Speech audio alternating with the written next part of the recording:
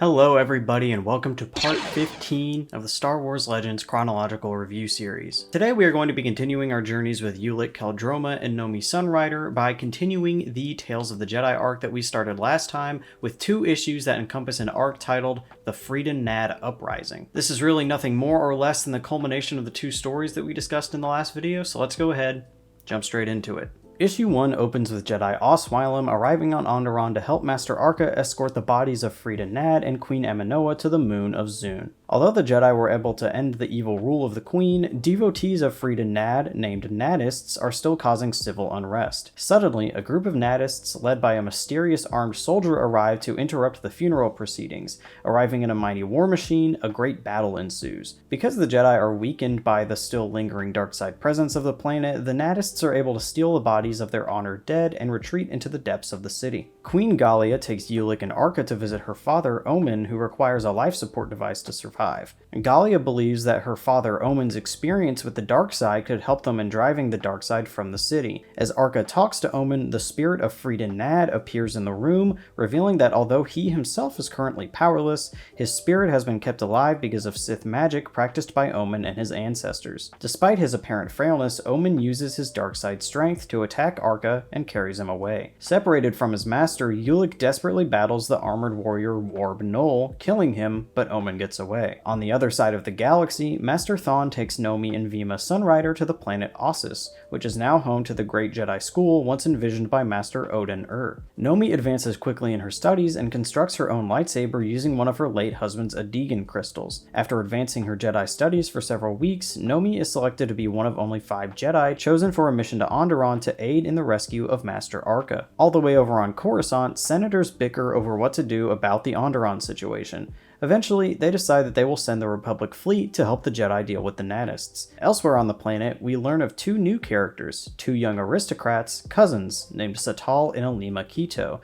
the heirs to the Empress Teta system, named after the ruler of the planet during the days of the Great Hyperspace War. The cousins have an interest in the dark side and have established a secret society called the Krath to further dabble in the ancient lore of Sith magic. Upon hearing news reports from Onderon revealing that the dark side is still practiced here, they decide to visit the planet in hopes that they can unlock the secrets of an ancient Sith book that they recently discovered. Moving on to issue 2, battle has begun on Onderon as the Republic fleet has arrived on the planet. Outside the city, the team of Jedi from Ossus battle against the Onderonian forces, but like the other Jedi before them, they are weakened by the influence of the dark side. However, the team gets reinforcements from Ulic and Kay, and the Jedi slowly gain the upper hand. Nomi, however, is stricken by a mysterious dark side attack focused on her. When Ulic comes to her aid, she reveals that she saw King Omin as the source of the attack. Satal and Alima arrive to Onderon and dive headfirst through the fleet to land on the planet's surface, but the Republic attacks their ship and they make a crash landing. The two find their way to Omin on the inside of the city, and he asks for their Sith book so that he can make a copy. In exchange, he gives Satal an ancient Sith amulet that will allow him to read the ancient Sith language, as well as enhance his powers. Omin also reveals to the cousins that he has imprisoned Master Arca, who he has tortured in the hopes to turn him to the dark side. However, at that moment, the group of Jedi find Omin's dungeon, led there by the feeling of Master Arca's pain. Ulic is able to overcome Omin's dark energy with the light side and destroys Omin's life support harness, leaving him crippled. With Omin's defeat, Freedon Nadd's spirit appears and allows Satal and Alima to escape, gifting them the Sith book and the Sith amulet. Nadd sends them off with his blessing, saying that the two are the future of his work. Nadd's spirit then appears to claim Omin for the dark side.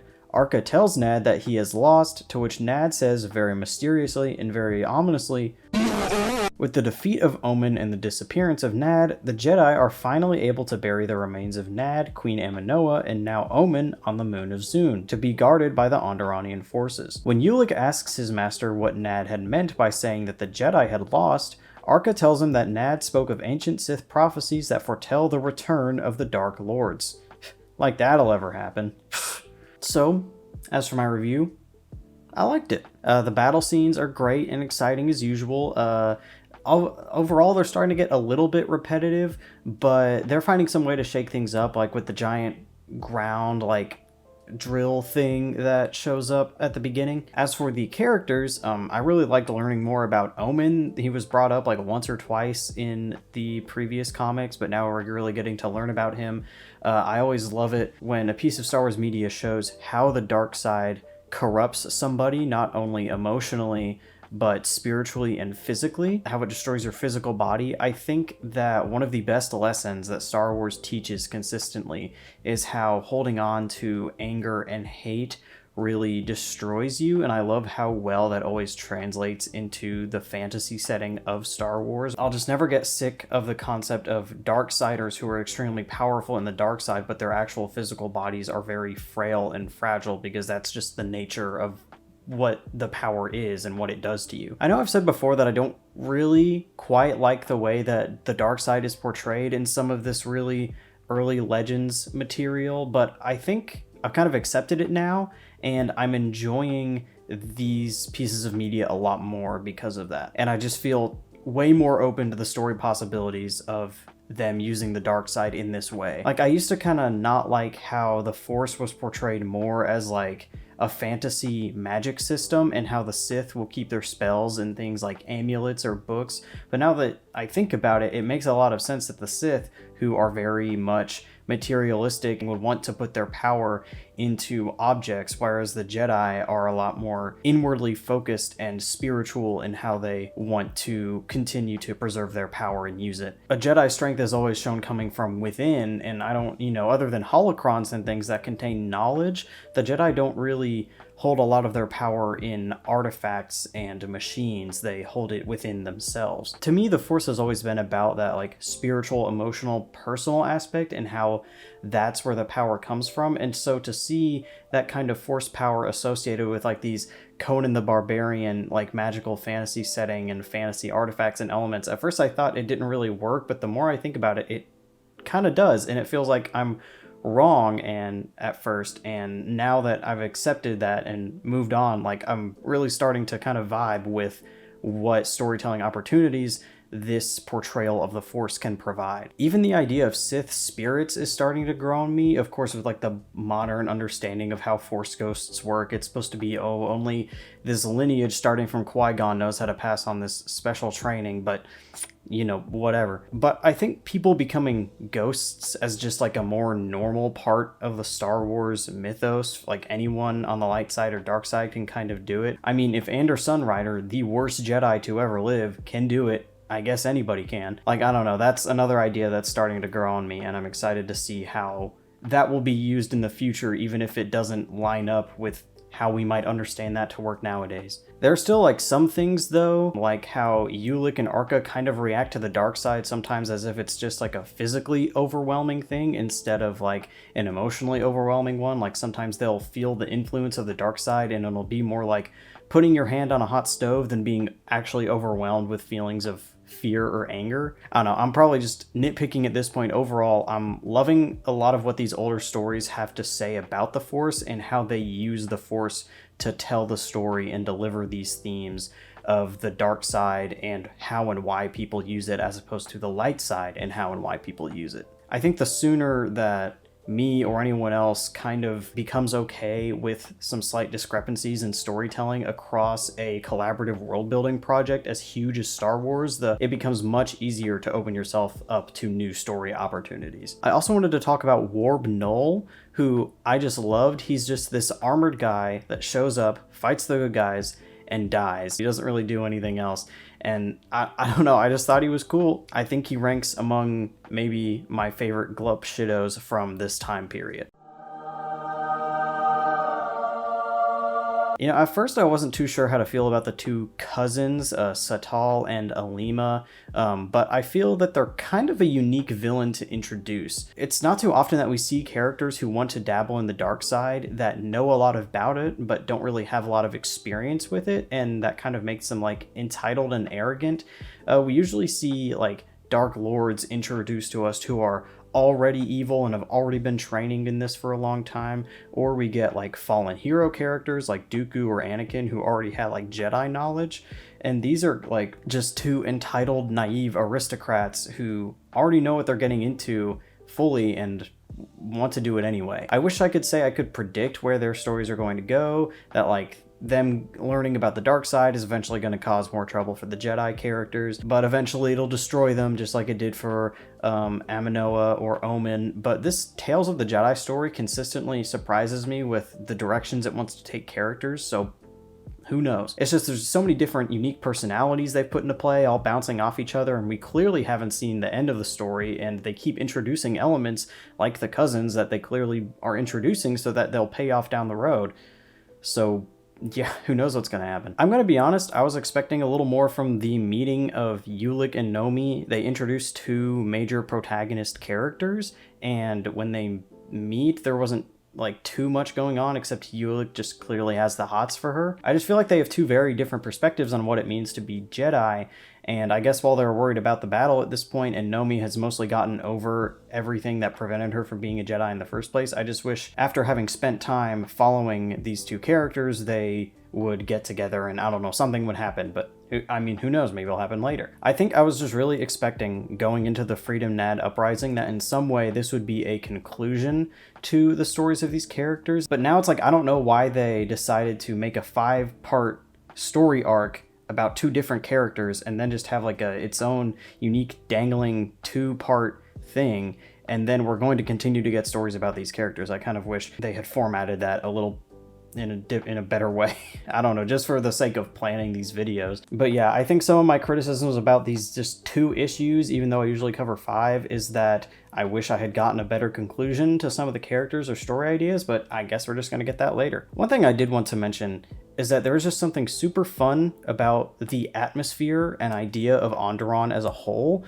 The idea that there is a whole city that is under the influence of a dark side is very interesting. This isn't like some rundown desert planet in ruins like Korriban or Malachor or Exegol. It's this bustling and successful society, but it's just also just really full of corruption that extends from the rulers all the way down to the common citizens and soldiers. And I find that really unique.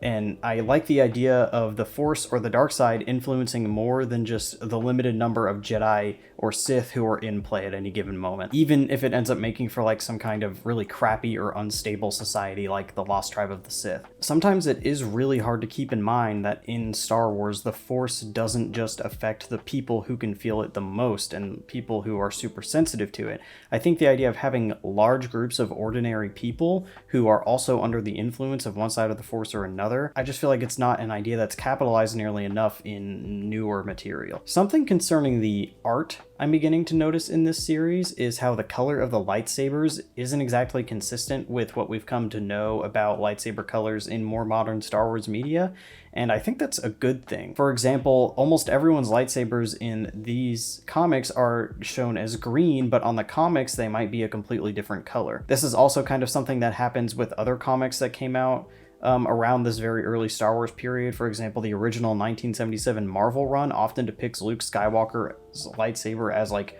red when it very clearly isn't. And also the meaning behind lightsaber colors, even beyond a very basic blue and green is good and red is bad, doesn't seem to be quite established yet. Like Warb Null in these comics has a green lightsaber and he's like a very daunting armored villain like Darth Vader. It definitely makes it feel a lot more fantasy in a way. I'm not really sure why, but I think it was kind of a bad thing when in the Old Republic they started to go down into what each lightsaber color means. I don't know if that's actually something they show in the games or if that's just kind of fanon apocrypha that people have put on Star Wars. Honestly, I don't think lightsaber colors was ever something meant to be taken super seriously, and I like some of the lore around kyber crystals in the new canon, especially like bleeding a lightsaber color to make it red, but also I love the liberties that they're taking with that kind of artistic direction in comics like this, where it's just like you can have whatever lightsaber color you want, it's gonna be cool either way. It's just, I think sometimes people forget in a very visually driven story like anything Star Wars, except for the books, that like the art is so much of what tells the story, and it's so much an identifier of a unique time period or just a certain mode or atmosphere for storytelling. And I love how the different eras and different artists of Star Wars choose to express themselves differently, and that's something I hope I continue to see as I make my way through all these comics. Yeah, overall, I've always really enjoyed the art from this Tales of the Jedi run. Here's the illustrator. I haven't mentioned them before, but you know, props to them, whoever's on my screen right now. There's just something about this classic 90s comics feel that I'm enjoying. Very fantastical, very nostalgic for some reason, even though I didn't grow up really reading comics from this time period. So yeah, here is my ratings for this round of comics. You know, I was kind of ready to like pack up these characters and maybe move on to like another time period or location or conflict, but like I said, I wasn't expecting the Freedon Nadd Uprising to be the conclusion to this story, so it looks like we are not quite done with Ulick and Friends just yet. Yeah, but that's it from me. Next time we are going to keep going with the Tales of the Jedi comics, and the next arc is introducing us to a character named Exar Kun. I've seen this guy's name pop up a lot when concerning this era of Star Wars, but I'm not exactly sure what all that's about, so I'm excited to learn about him. So I will see you guys in the next one, and may the Force be with you always.